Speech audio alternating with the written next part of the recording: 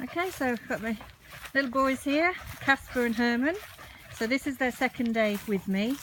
I had them on separate days individually last week for the first time to work on their behaviour. So Herman, the young pup, the black one, okay,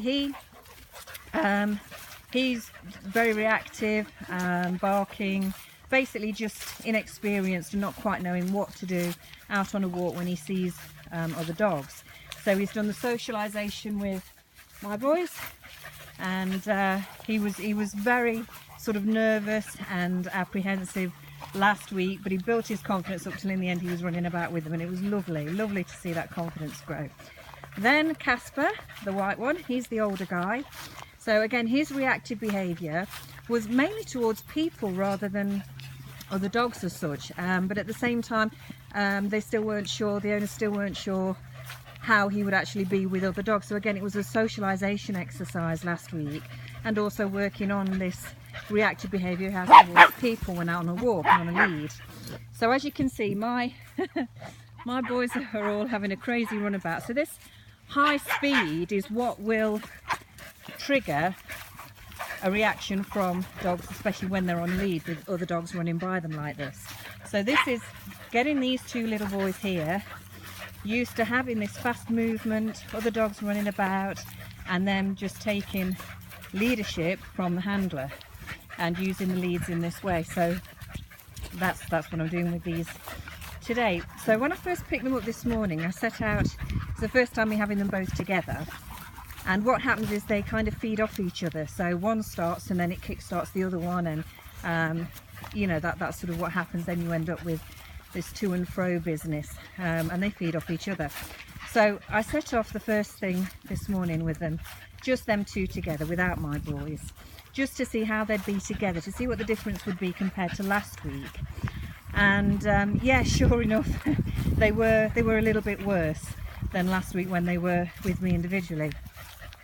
So it was certainly a fair bit of communication with the lead, and just the same sort of structured walk with them that I always advise to do, because that's what sort of gets them you know, mentally drained as much as physically.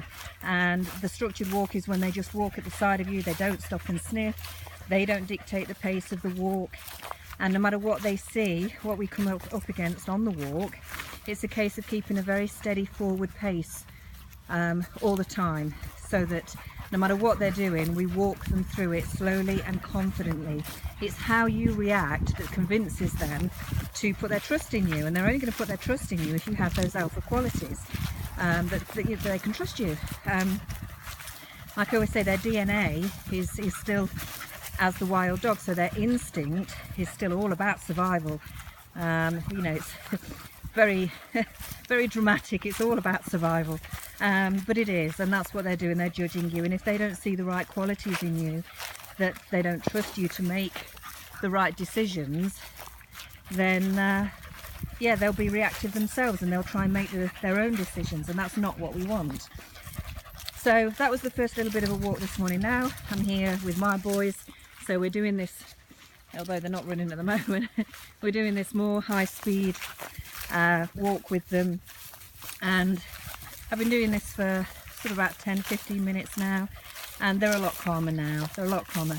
My boys have had their first burst running backwards and forwards. These two have experienced that, so I'll let them off now, and they'll just do the walk as the pack now. So ooh. So here's one. Oh, let's just get this loose. It's difficult to do this one-handed. There's one, and there's two. Okay. And now they'll just run along as a pack with my boys. But because of me keeping them on the lead initially together, they've got their heads tuned into me to know to follow my direction rather than just joining the pack and doing their own thing. So it is always important just to keep their attention on you. There's Frank with his fast speed. Sid, he's always doing his barking, but Sid's barking isn't actually triggering Casper or Herman, which is great. So yeah, I'm really pleased with this. I'm going to carry on with this this pack walk, just getting them being dogs, relaxing around dogs, relaxing with the speed.